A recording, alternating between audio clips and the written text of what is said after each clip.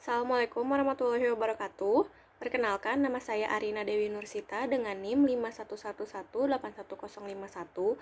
Saya akan mempresentasikan usulan penelitian saya yang berjudul Analisis Perbedaan Abnormal Return, Trading Volume Activity, dan Market Capitalization sebelum dan sesudah peristiwa vaksinasi pertama COVID-19 di Indonesia. Studi pada subsektor restoran, hotel, dan pariwisata yang terdaftar di Bursa Efek Indonesia.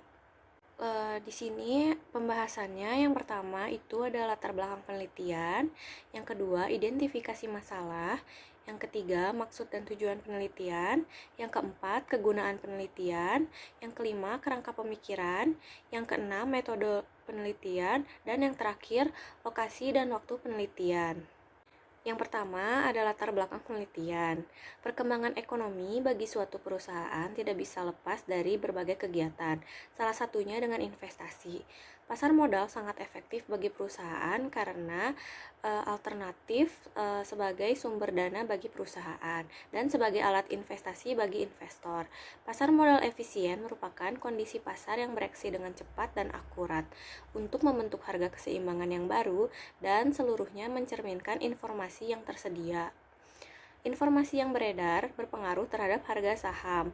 Apabila informasi yang beredar bersifat positif, maka akan berdampak positif pula terhadap harga saham. Dan apabila informasi yang beredar bersifat negatif, maka akan berdampak negatif bagi harga saham. Vaksinasi COVID-19 merupakan upaya dari pemerintahan Indonesia untuk menanggulangi wabah COVID-19 di Indonesia. Kecepatan dan keberhasilan dari vaksinasi COVID-19 akan sangat menentukan upaya pemulihan ekonomi nasional. Karena setelah terbentuk kekebalan tubuh, maka perekonomian masyarakat akan kembali bergerak sejalan dengan terbukanya mobilitas masyarakat. Lalu di sini ada grafik perbandingan harga saham sektor perdagangan, jasa, dan investasi. Di antaranya terdapat 8 subsektor. Yang pertama, subsektor perdagangan besar. Yang kedua, subsektor perdagangan eceran. Yang ketiga, subsektor restoran, hotel, dan pariwisata. Yang keempat, subsektor advertising, printing, dan media. Yang kelima, subsektor kesehatan. Yang keenam, subsektor komputer. Yang ketujuh, subsektor investasi, dan yang kedelapan, subsektor lainnya. Berdasarkan data tersebut, harga saham pada subsektor hotel, restoran, dan pariwisata cenderung mengalami penurunan lebih banyak, baik sebelum maupun sesudah peristiwa vaksinasi COVID-19 di Indonesia. Lalu selanjutnya ada grafik perkembangan harga saham dan pergerakan jumlah saham pada perusahaan, restoran, hotel, dan pariwisata. Berdasarkan gambar tersebut, terlihat bahwa perkembangan harga saham subsektor restoran, hotel, dan pariwisata setelah peristiwa cenderung mengalami kenaikan, mulai dari T plus 3 sampai dengan T plus 5 dengan harga 505. Sedangkan jumlah saham yang diperdagangkan cenderung mengalami penurunan. Hal ini tidak sesuai dengan signaling teori yang menyatakan jika peristiwa vaksinasi COVID-19 memberikan sinyal bagus atau good news, berarti kenaikan-kenaikan jumlah saham diiringi dengan kenaikan-kenaikan harga saham.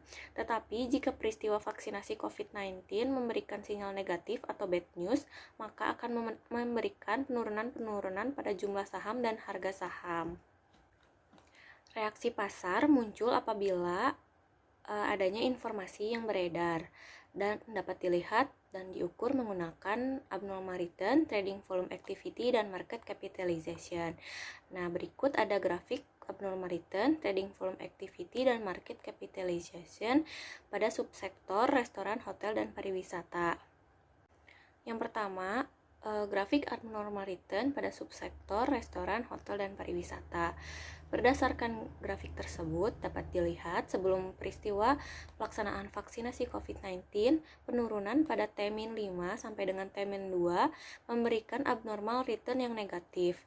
Lalu mengalami kenaikan pada T-1 sebesar min 0,00484. Selanjutnya mengalami penurunan pada T-0 yang menghasilkan abnormal return negatif. Setelah itu, mengalami kenaikan pada T plus 1, T plus 2, dan T plus 4 yang memberikan abnormal return yang positif. Lalu selanjutnya ada grafik trading volume activity pada subsektor restoran, hotel, dan pariwisata. Berdasarkan gambar bahwa sebelum vaksinasi pertama COVID-19 dilakukan, volume pada T-5 sampai dengan T-3 mengalami penurunan. Kemudian pada T-2 mengalami kenaikan, namun pada T-1 mengalami penurunan. Selanjutnya pada saat T+1 mengalami kenaikan dan diikuti pada T+2 dan T+4 mengalami kenaikan. Namun pada T-5 mengalami penurunan. Kenaikan pada rata-rata TVA ini tidak sejalan dengan rata-rata abnormal return, yaitu terjadinya penurunan pada T-3 sebelum peristiwa vaksinasi pertama COVID-19 di Indonesia. Selanjutnya terjadi kenaikan pada T0 dan T+3 setelah peristiwa vaksinasi pertama COVID-19 di Indonesia. Lalu selanjutnya grafik market capitalization pada subsektor restoran, hotel, dan pariwisata. Berdasarkan grafik, dapat dilihat bahwa rata-rata market capitalization pada subsektor restoran, hotel, dan pariwisata sebelum peristiwa vaksinasi pertama COVID-19 di Indonesia mengalami penurunan pada T-5 dan T-3 dan mengalami kenaikan pada T-4, T-2 sampai dengan T-1.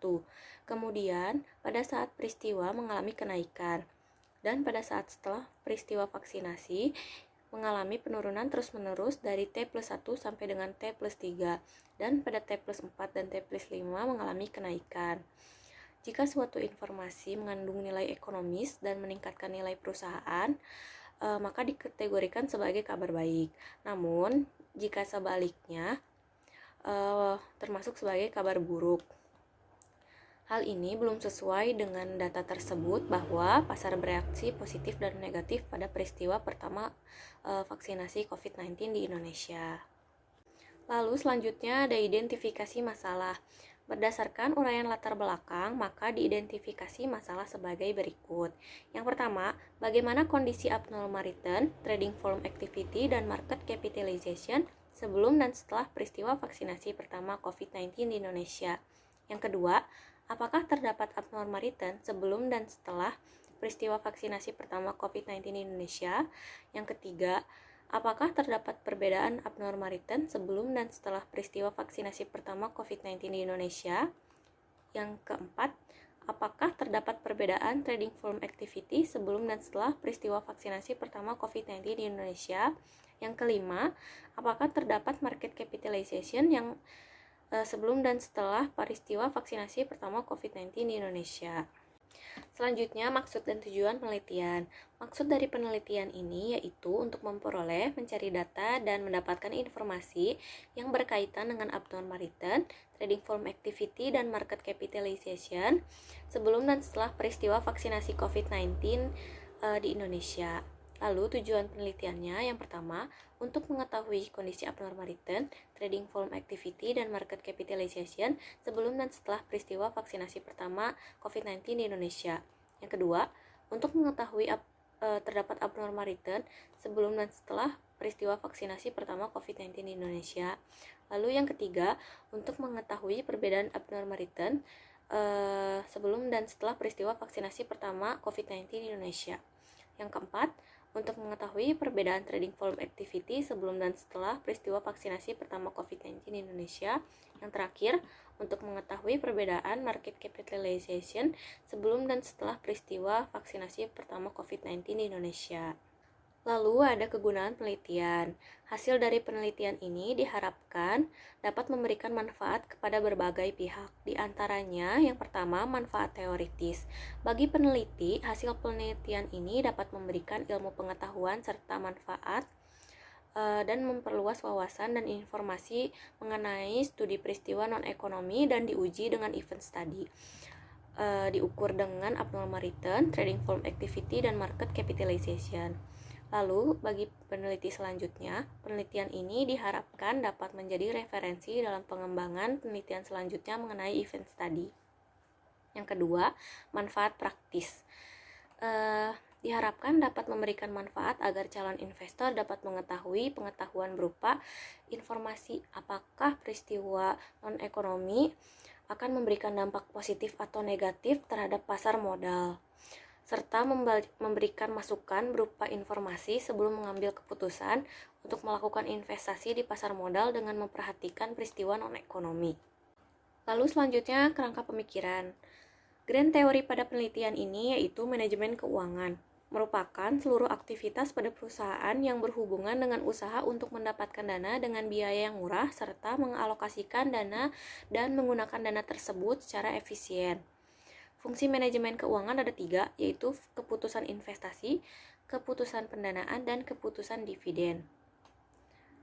Pasar modal merupakan wadah atau tempat bagi perusahaan untuk mencari dana, dan wadah bagi investor untuk menanamkan dananya di suatu perusahaan. Dengan adanya pasar modal, menjadi alternatif bagi pihak yang mempunyai dana berlebih untuk menginvestasikan dana tersebut tanpa harus menunggu dana dari hasil operasional perusahaan. Pasar modal efisien adalah pasar di mana harga semua di sekuritas yang diperdagangkan telah mencerminkan informasi yang tersedia. Terdapat 2 efisiensi pasar, yaitu efisiensi pasar secara informasi dan efisiensi pasar secara keputusan. Efisiensi pasar secara informasi untuk mengukur pasar dari hubungan antara harga sekuritas dengan informasi. Sedangkan efisiensi pasar secara keputusan yaitu tidak hanya dilihat dari perspektif informasi tetapi juga kompleksitas keputusan yang dibuat oleh investor berdasarkan analisis informasi yang tersedia. Terdapat 3 efisiensi pasar, yaitu efisiensi pasar bentuk lemah, efisiensi pasar bentuk setengah kuat, dan efisiensi pasar bentuk kuat. Investor dapat mempelajari pengaruh suatu informasi terhadap pasar modal menggunakan event study. Event study merupakan untuk melihat reaksi pasar atau respon pasar terhadap suatu informasi, pengumuman, atau peristiwa yang dapat mempengaruhi pergerakan di pasar modal. Jika pengumuman atau informasi ini mempengaruhi perubahan harga saham di pasar modal, maka dapat dikatakan informasi dari suatu pengumuman atau peristiwa tersebut mempengaruhi kondisi pasar. Lalu applied teori pada penelitian ini yaitu yang pertama abnormal return. Abnormal return merupakan selisih antara return sesungguhnya pada saat ada informasi dari sebuah peristiwa dengan return yang diharapkan oleh investor, baik berupa selisih positif atau selisih yang negatif. Lalu selanjutnya trading volume activity merupakan jumlah keseluruhan saham yang diperdagangkan pada bursa saham untuk periode waktu tertentu. Selanjutnya, market capitalization. Market capitalization merupakan nilai dari saham yang diterbitkan suatu emiten. Semakin besar nilai kapitalisasi pasar pada suatu saham, maka semakin besar minat investor untuk melakukan investasi pada perusahaan tersebut. Selanjutnya, paradigma penelitian dan hipotesis. Berdasarkan kerangka pemikiran, dapat dibuat skema paradigma penelitian seperti berikut dan diturunkan dalam hipotesis. Yang pertama, H1, terdapat abnormal return sebelum dan setelah peristiwa vaksinasi pertama COVID-19 di Indonesia. H2, terdapat perbedaan abnormal return sebelum dan setelah peristiwa vaksinasi pertama COVID-19 di Indonesia. H3, terdapat perbedaan trading volume activity sebelum dan setelah peristiwa vaksinasi pertama COVID-19 di Indonesia. H4, terdapat perbedaan market capitalization sebelum dan setelah peristiwa vaksinasi pertama COVID-19 di Indonesia. Selanjutnya ada metode penelitian. Yang pertama ada operasionalisasi variabel. Terdapat 3 variabel pada penelitian ini yaitu abnormal return, trading volume activity, dan market capitalization.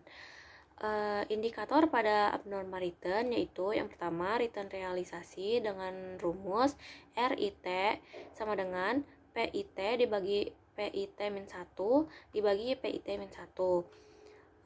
Selanjutnya return ekspektasi menggunakan market adjust model yaitu rumusnya RMT sama dengan IHSGT dikurangi IHSGT-1 dibagi IHSGT-1. Ketiga, abnormal return sekitar periode peristiwa dengan rumus ARIT sama dengan RIT dibagi RMT dengan skala rasio. Lalu trading volume activity dengan indikator jumlah saham perusahaan I yang diperdagangkan pada waktu T dibagi jumlah saham perusahaan I yang beredar pada waktu T dengan skala rasio. Selanjutnya market capitalization dengan indikator PS sama dengan PS dikali SS dengan skala rasio. Selanjutnya populasi dan sampel. Populasi dalam penelitian ini yaitu perusahaan, saham restoran, hotel, dan pariwisata yang terdaftar pada Bursa Efek Indonesia yang berjumlah 35 perusahaan dan jumlah sampel sebanyak 23 perusahaan. Lalu jenis dan sumber data. Penelitian ini menggunakan jenis data time series dan sumber data yang digunakan pada penelitian ini yaitu data sekunder. Data sekunder yang dikumpulkan pada penelitian ini diperoleh dari website resmi Bursa Efek Indonesia dengan situs www.idx.co.id dan Yahoo Finance. Selanjutnya, teknik pengumpulan data. Teknik pengumpulan data pada penelitian ini dengan menggunakan metode dokumentasi. Teknik pengolahan data pada penelitian ini yaitu editing dan tabulasi. Lalu selanjutnya ada teknik analisis data. Yang pertama, dengan analisis statistik deskriptif. Ini adalah metode statistik yang digunakan untuk menganalisis data dengan cara mendeskripsikan atau mengevaluasi data yang telah terkumpul sehingga dapat ditarik dan dibuat kesimpulan yang diperlukan untuk umum atau generalisasi. Analisis deskriptif ini berguna untuk mengetahui masing-masing variabel abnormal return, trading volume activity, dan market capitalization yang dapat menjadi sebuah informasi dengan melihat nilai rata-rata dari masing-masing variabel. Selanjutnya ada uji normalitas. Uji normalitas bertujuan untuk mengetahui apakah data yang digunakan berdistribusi normal atau tidak dengan cara menilai kelompok data atau variabel yang digunakan. Hasil perhitungan yang digunakan peneliti dibantu dengan menggunakan software SPSS 25.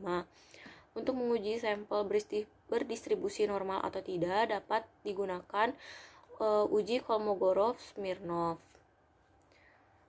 dengan kriteria yaitu H0 data berdistribusi normal, HA data tidak berdistribusi normal. Lalu ada uji hipotesis. Yang pertama, uji one sample t-test. One sample t-test digunakan untuk mengetahui apakah variabel abnormal return berpengaruh atau tidak terhadap peristiwa vaksinasi pertama COVID-19 di Indonesia. Apabila data tidak berdistribusi normal, maka alternatif pengujian dapat dilakukan dengan uji non-parametris yaitu uji one sample Kolmogorov-Smirnov. Selanjutnya, uji paired sample t-test. Alat ini untuk mengetahui apakah terdapat perbedaan abnormal return, trading volume activity, dan market capitalization sebelum dan sesudah vaksinasi pertama COVID-19 di Indonesia dengan tingkat signifikansi 5% atau 0,05. Selanjutnya, lokasi dan waktu penelitian. Lokasi penelitian. Penelitian ini berlokasi di Cimahi dan data informasi yang dibutuhkan dalam penelitian ini diperoleh dari internet dengan mengakses situs resmi dari Bursa Efek Indonesia yaitu www.idx.co.id dan yahoofinance.com. Selanjutnya waktu penyusunan penelitian ini dimulai dari Oktober 2021 sampai dengan selesai. Sekian presentasi yang dapat saya sampaikan. Mohon maaf apabila ada kesalahan atau kekurangan. Terima kasih. Wassalamualaikum warahmatullahi wabarakatuh.